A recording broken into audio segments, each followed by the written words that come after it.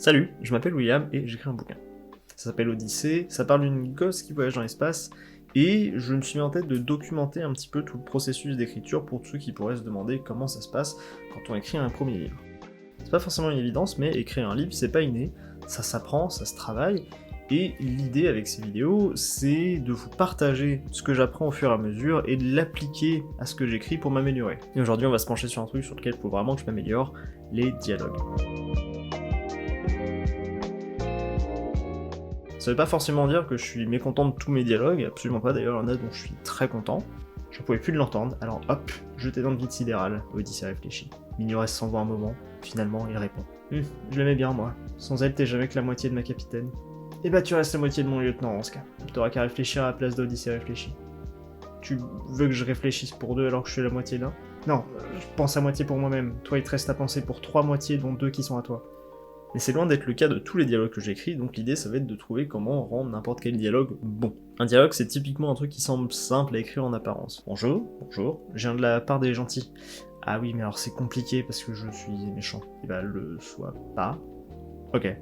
Le truc c'est qu'un dialogue ça paraît simple, parce que la plupart des dialogues que vous lisez dans des bouquins ou que vous entendez dans des films sont travaillés pour sonner aussi fluide et naturel que possible. Et ben travailler un dialogue, c'est ce qu'on va faire aujourd'hui. Je vais reprendre un dialogue d'Odyssée, un dialogue qui me paraît assez moyen, et on va repartir de zéro pour essayer de le réécrire ensemble. On va chercher ce qui fait d'un dialogue un bon dialogue, et point par point, on va appliquer tout ça au mien, et si je fais bien mon taf, à la fin on devrait avoir quelque chose de plutôt sympa. Ok, je vous dresse la scène, on a deux personnages, Mignon et Sheol. Mignon, c'est le compagnon d'aventure d'Odyssée. C'est un Lobala, et il a quitté sa planète il y a quelques jours avec sa capitaine pour aller explorer l'espace. Sheol, c'est un explorateur plus expérimenté, et son équipage et celui d'Odyssée se sont associés pour une expédition.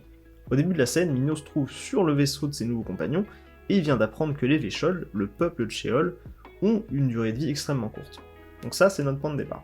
On va commencer par se poser une question importante, notre dialogue, il sert à quoi? Dans la vidéo du mois dernier, je parlais d'une règle fondamentale du dialogue. Chaque réplique doit développer soit un personnage, soit l'univers, soit l'intrigue. Et bah plus largement, c'est une règle qui peut s'appliquer à un dialogue tout entier, voire à toute une scène. En gros, il faut qu'à la fin de votre réplique, de votre dialogue, de votre scène, quelque chose ait changé. Il faut que l'intrigue ait progressé, ou concerne mieux un personnage ou l'univers, en bref, il nous faut une nouvelle information. Si au bout de votre dialogue, on n'a rien appris de nouveau, si rien n'a changé, pourquoi on se fait chier à l'écrire? Donc ça c'est notre but, faire changer quelque chose, apporter de nouvelles informations. Ça peut paraître évident encore une fois, mais là on pose les bases. Maintenant, nouvelle question, qu'est-ce qu'on veut apporter comme information? Bah tiens, on va faire une liste. 1. Mignon est mal à l'aise face à la condition des Véschols. 2. Les Véschols choisissent d'avoir une vie courte. 3. Sheol est loyal à son peuple, mais 4. Il est également frustré de ne pas avoir pu choisir son sort. 5. Odyssée et le capitaine de Sheol, Esh, se ressemblent. 6. Esh est intrépide, parfois trop au goût de Sheol, mais 7. Sheol tient néanmoins son capitaine en estime. Donc tout ça, c'est ce que le lecteur doit pouvoir tirer de notre dialogue, ce qui veut dire qu'à son niveau le plus basique, notre dialogue, elle ressemblerait à ça. Sheol, je suis mal à l'aise vis-à-vis de la vie que mène ton espèce. Je le prends mal. Il se trouve que mon espèce choisit de vivre peu de temps, je suis loyal à mon peuple, même si je suis frustré de ne pas avoir pu choisir mon sort. Je ne sais pas comment se comporterait mon peuple à la place du vôtre. Nos peuples se ressemblent, nos capitaines se ressemblent également. C'est vrai ? Odyssée et Esh sont tous les deux intrépides. Je le tiens néanmoins en estime. Bon, vous saisissez le problème, on a fait passer toutes les informations qu'on voulait, mais le texte est rigide, il est plat et il est absolument pas agréable à lire. Donc, qu'est-ce qu'on peut faire pour améliorer ça? Pour le rendre plus fluide et naturel, par exemple. Si vous avez fait un tant soit peu d'impro dans votre vie, vous connaissez l'expression oui et. C'est une règle de construction de dialogue qui dit que pour qu'un dialogue soit fluide, vous pouvez pas vous contenter de répondre à votre interlocuteur. Il faut lui donner un petit peu de matière pour qu'il puisse rebondir. Ça veut aussi dire qu'il faut au maximum éviter les questions fermées. On va regarder un dialogue de rhinocéros par exemple. Mais moi je l'ai vu le rhinocéros, j'en mettrai ma main au feu. Bah allons donc, je vous croyais fille sérieuse. Monsieur Bottard, j'ai pas la berlue. Et j'étais pas seul, il y avait des gens autour de moi qui regardaient. Qui regardaient sans doute autre chose, des flâneurs, des gens qui n'ont rien à faire, qui ne travaillent pas, des oisifs. C'était hier, c'était dimanche. Vous voyez comme ça s'enchaîne? Chaque personnage offre presque sa réplique au personnage suivant. Donc maintenant, on va essayer d'appliquer ça à notre dialogue. Sheol, je suis mal à l'aise vis-à-vis de la vie que mène ton espèce. 20 ans, c'est court. Court pour toi. Combien de temps vit un Lobala? Une durée normale? Une centaine d'années sidérales peut-être? Normal. Voilà qui m'offense. Il se trouve que mon espèce choisit de vivre peu de temps. Je suis loyal à mon peuple, même si je suis frustré de ne pas avoir pu choisir mon sort. Tu crois que les Lobala agiraient différemment à notre place? Bonne question. Nos peuples doivent être bien différents. Je ne pense pas. Après tout, nos capitaines sont similaires. En quoi est-ce qu'Odyssée et Ash sont similaires? Ils sont tous les deux d'intrépides explorateurs, ils ne reculent devant rien. Et tu approuves? Je tiens mon capitaine en estime, même s'il n'approuve pas tous ses choix. Bon, c'est toujours pas du Shakespeare, mais au moins on a un sens de progression logique dans la discussion. Les répliques s'enchaînent de façon organique, même si elles restent très mécaniques. Vous serez d'accord pour dire que c'est pas encore très littéraire. Et là, pour remédier à ça, même si le terme de balise comme ça vous dit rien, je suis sûr qu'en vrai vous savez ce que c'est. Une balise c'est tout con, c'est le nom qu'on donne aux petits éléments de texte qui viennent compléter la réplique d'un personnage dans le récit. Dit-il, s'écrit-il, chuchote-t-il. Et parfois les auteurs vont un peu trop loin et ça nous donne le célèbre éjacularogue de Harry Potter. Merci à la trad de nous avoir évité ça. Et je vais aussi englober là-dedans tout ce qui relève de la narration et de la description. Ok, rapide tangente.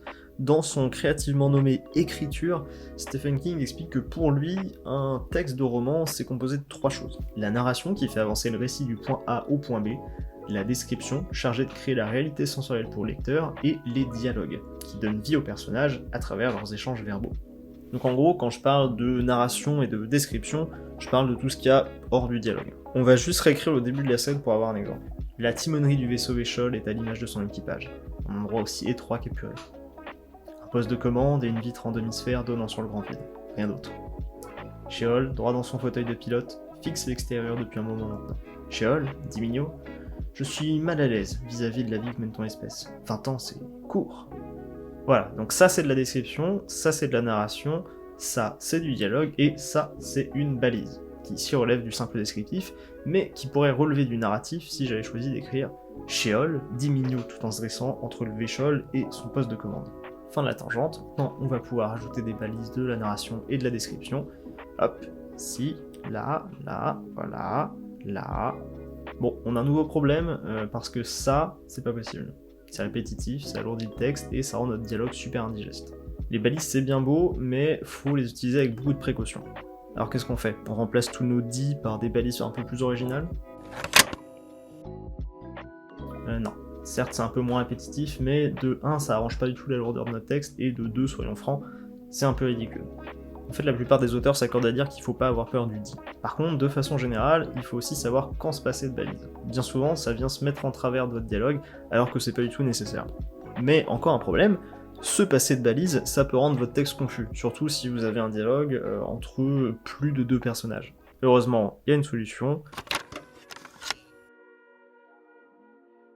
Les filtres, ça va être un moyen de rendre notre dialogue beaucoup plus intéressant, beaucoup plus fluide et beaucoup plus clair. Tout ça d'un coup.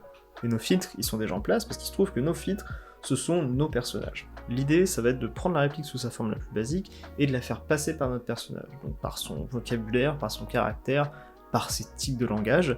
Et quand ça ressort à l'autre bout, normalement, on a une réplique beaucoup plus riche. Et ça résout notre problème de balise.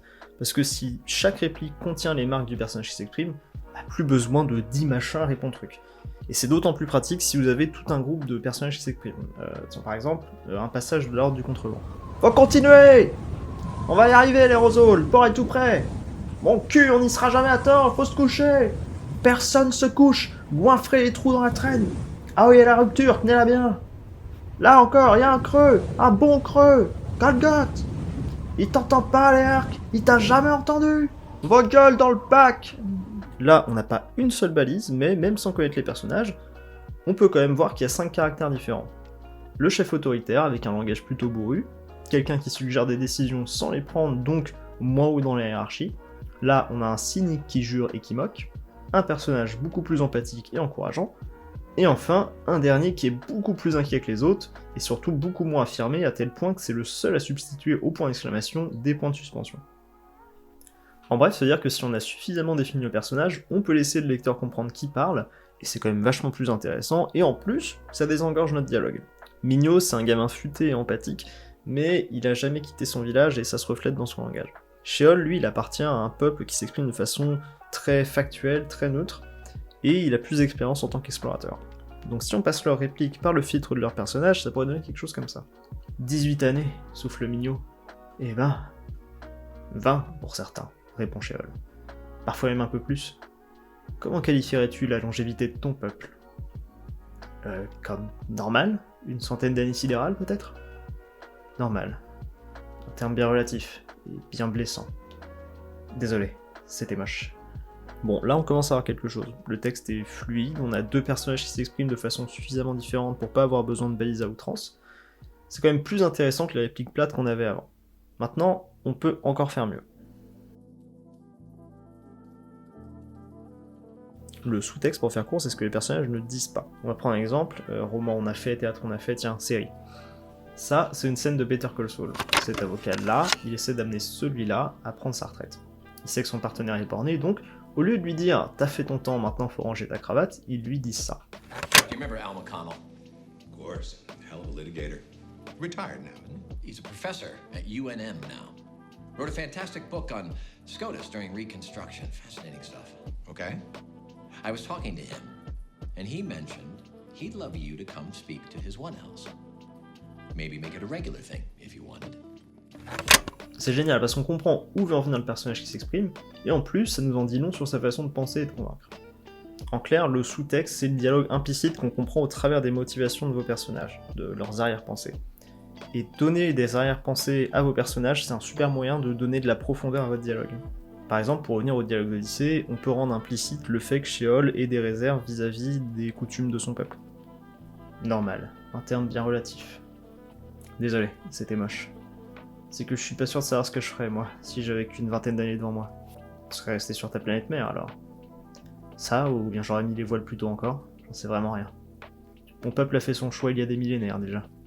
Les Véchols ont besoin d'une molécule qu'on ne trouve qu'au nid pour pouvoir se développer correctement. Sinon, si on là-bas, nous pourrions bien vivre des dizaines d'années de plus. Qui sait, peut-être pourrions-nous même atteindre un âge normal. Là, on commence vraiment à avoir quelque chose qui se tient, mais il y a encore une chose qu'on va pouvoir ajouter à notre dialogue pour le rendre plus sympa à lire.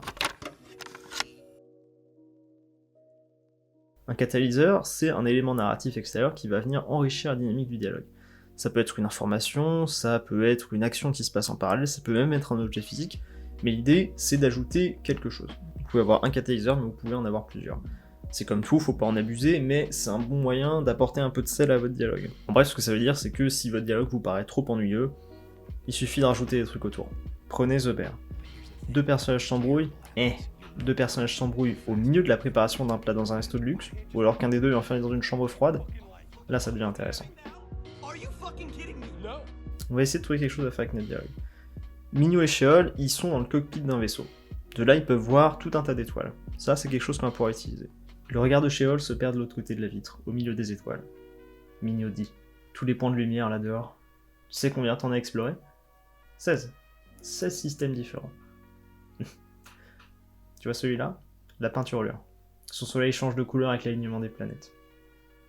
Là, Jacinthe. Une seule planète habitée dans le système. Ses habitants vénèrent les plantes. Magnifique. Et ton nid ? Ta planète mère ? Tu saurais me dire où il est ? Le nid ? Aucune idée. Et hop, on a exprimé de façon naturelle que Sheol a passé plus de temps à voyager que sur sa planète et que c'est quelque chose qu'il mine.